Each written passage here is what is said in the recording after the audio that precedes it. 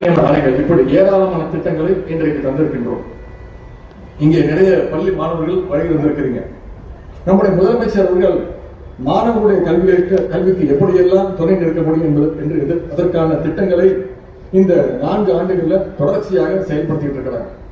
முதலமைச்சருடைய காலை உணவு திட்டமாக இருந்தாலும் சரி, அரசு பள்ளிகளில் சேர்கின்ற உயர்கல்வி சேர்கின்ற பெண் குழந்தைகளுக்கு புதுமை பெண் திட்டம் மூலம் மாதம் 1000 ரூபாய் கல்வி ஊக்கத்தொகையாக இருந்தாலும் சரி, அதேபோல் மாணவர்களுக்கு மாதம் 1000 ரூபாய் கல்வி ஊக்கத்தொகை வழங்குகின்ற தமிழ் புதல்வர் திட்டமாக இருந்தாலும் சரி, பல்வேறு திட்டங்களை நம்முடைய முதலமைச்சர் அவர்கள் மாணவ செல்வங்கள் உங்களுக்காக செயல்படுத்தியிருக்கிறாங்க. அது மட்டும் இல்லாமல் நான் முதல் திட்டம், உயர்வுக்குப்படி, இல்லம் தேடி கல்வி, வானவில் மன்றம், எண்ணும் எழுத்தும், கலை இலக்கிய போட்டிகள், இப்படி இந்தியாவிலே கல்விக்கென்று மாணவர்களுக்கு திட்டங்களை தருகின்ற ஒரே முதலமைச்சர் நம்முடைய திராவிட மாடல் முதலமைச்சர் அவர்கள் தான். அதனால்தான் நம்முடைய முதலமைச்சர் அவர்கள் தமிழ்நாட்டுடைய எந்த மாவட்டத்திற்கு சென்றாலும், எந்த பகுதிக்கு சென்றாலும் அங்குள்ள மாணவ மாணவிகள் மிகுந்த அன்போடு நம்முடைய முதலமைச்சர் அவர்களை அப்பா அப்பா என்று உரிமையோடு அழைக்கின்றார்கள். அது பற்றி நம்முடைய முதலமைச்சர் கூட நேற்று முன்தினம் கூறியிருக்கிறார்.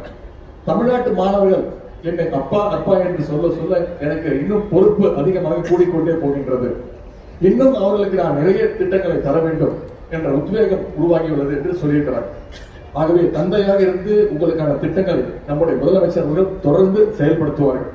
உங்களுடைய வீட்டில் உள்ள ஒரு அண்ணனாக நானும் உங்களுக்கு என்றும் துணை இருப்பேன் என்று கூறிக்கொண்டு இந்த இனிய விழாவிலே உங்களை எல்லாம் சந்தித்தல் மிகுந்த மகிழ்ச்சி என்பதையும் கூறிக்கொண்டு சென்னை மாநகராட்சியுடைய அடுத்த கட்ட வளர்ச்சிக்கு இன்னும் அதிகமான திட்டங்களை நம்முடைய அரசு தொடர்ந்து செயல்படுத்தி கொண்டே இருப்பது என்பதையும் இந்த நேரத்தில் உறுதியோடு தெரிவித்துக் கொள்கின்றேன்.